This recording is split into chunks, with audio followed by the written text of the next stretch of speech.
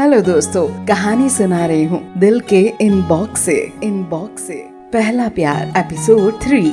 पापा से मेरी खूब पटती थी, हमेशा से मेरे बेस्ट फ्रेंड रहे हैं। वो कमाल के आदमी है। इतने ट्रेडिशनल परिवेश में पला बड़ा आदमी इतनी खुली सोच के कैसे हो सकता है। लेकिन शायद वो जानते थे कि जिस दिन माँ पापा अपने बच्चों पर भरोसा करना शुरू कर देते हैं, उसी दिन वो उनके लिए सबसे अच्छे दोस्त बन जाते हैं। पापा इसलिए ही बचपन से मेरे सबसे अच्छे दोस्त थे। लेकिन खास बात तो ये थी कि मैंने अभी तक पापा को शिव के बारे में नहीं बताया था।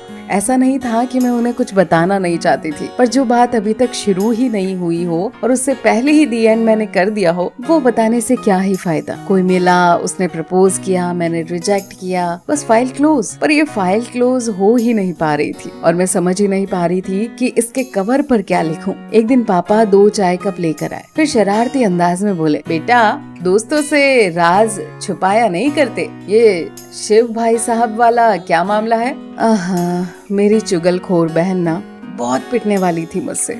मैंने पापा को पूरी कहानी बताई, कैसे सड़क पर मुझे एक लड़का मिला जो कि मुझसे दोस्ती करना चाह रहा था, पर मैंने उसे मना कर दिया। तो पापा हंस दिए, बोले कि तुमने उसे झूठ क्यों बोला? तुम्हें पता था ना कि मैं कोई एतराज नहीं करूंगा। मैं पापा को बता ही नहीं पाई, लेकिन मुझे तो पहली नजर में प्यार हो गया था। मैं सड़क के बीचों बीच खड़े उस एक छोटे से खूबसूरत लम्हे में जान गई थी कि उसे सिर्फ दोस्ती चाहिए थी और मुझे प्यार। फिर हमारे बीच उम्र का फासला भी था। क्यों लाइफ को इतना कॉम्प्लिकेटेड करना? इसलिए मैंने उस बात को वहीं खत्म कर दिया। मैंने हंसकर पापा की बात टाल दी। पापा बोले, चलो अच्छा ही है, दोस्ती का सिलसिला शुरू होने से पहले ही तुमने खत्म कर दिया। आज मकान मालिक आए थे, बोले कि उनकी बेटी अमेरिका से पढ़कर वापस आ रही है, उन्हें बड़ा घर चाहिए, तो हमें ये मकान खाली करना होगा। अरे मैं कितनी बेवकूफ हूँ। हाँ, मैं एक जाने पहचाने मोहल्ले और एक अनजाने लड़के को छोड़कर जा रही थी, पर क्यों मेरी आंखों में आंसू आ गए थे? रिश्ता तो था नहीं कोई, तो टूटने का गम ही क्या। वो तो दोस्त भी नहीं था।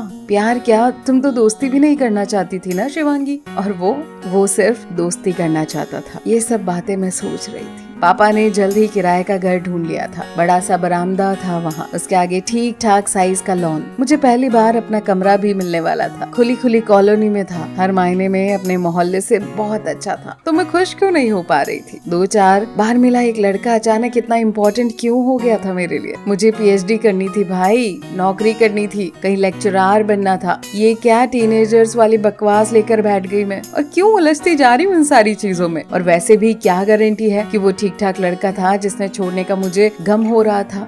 अरे कितना सोच रही थी मैं। पुराना घर छोड़ते वक्त मैं ऐसे रोई जैसे बहू बनकर अपनी दहलीज छोड़ रही हूँ। पापा की भी आंखें नम थी, लेकिन आंख में कंकड़ है ये कहकर छुपा गए। हम दोनों के आंसुओं के कारण थोड़े अलग थे। उनके लिए घर उनके परिवार का हिस्सा था। 25 साल पहले उन्होंने अपनी छोटी सी नौकरी में एक बड़ा सा सपना देखा और ये बड़ा सा घर लिया था। वो घर जहाँ हम सबका जन्म हुआ था। पापा ने उन दिनों अपनी हैसियत से कुछ ज्यादा पांव फैलाकर ये घर लिया था। चाहते थे कि मेरी माँ को तकलीफ ना हो। नए घर में बरामदा हो, सुबह की धूप में कम से कम बरामदे में 1 कप चाय तो साथ पी ही सकते थे। पापा चाहते थे कि माँ यहाँ पर अपनी सहेलियों से बातें करे। यही छोटी छोटी सी बातें तो प्यार होती है ना। लड़कियां अक्सर सबसे ज्यादा उसे पसंद करती है जिनमें उनके पिता की छवि होती है। शायद सड़क पर जिस लड़के ने मुझे रोककर बात की थी वो वही लड़का था, लेकिन अब देर हो चुकी थी। मैं दूर जा रही थी, वो कहीं गुम सा हो गया था। फिर वो कभी दिखा ही नहीं। हमने वो कॉलोनी छोड़ दी, पर कभी जब उधर जाना होता तो आंखें उसे ढूंढा करती थी। मैं खुद को याद दिलाती कि उसका नाम शिव था और मेरा नाम शिवांगी। ये महज एक इत्तेफाक था, एक फिल्मी इत्तेफाक, लेकिन जिंदगी कोई मूवी थोड़े है। कहानी सुना रही हूँ दिल के इनबॉक्स से।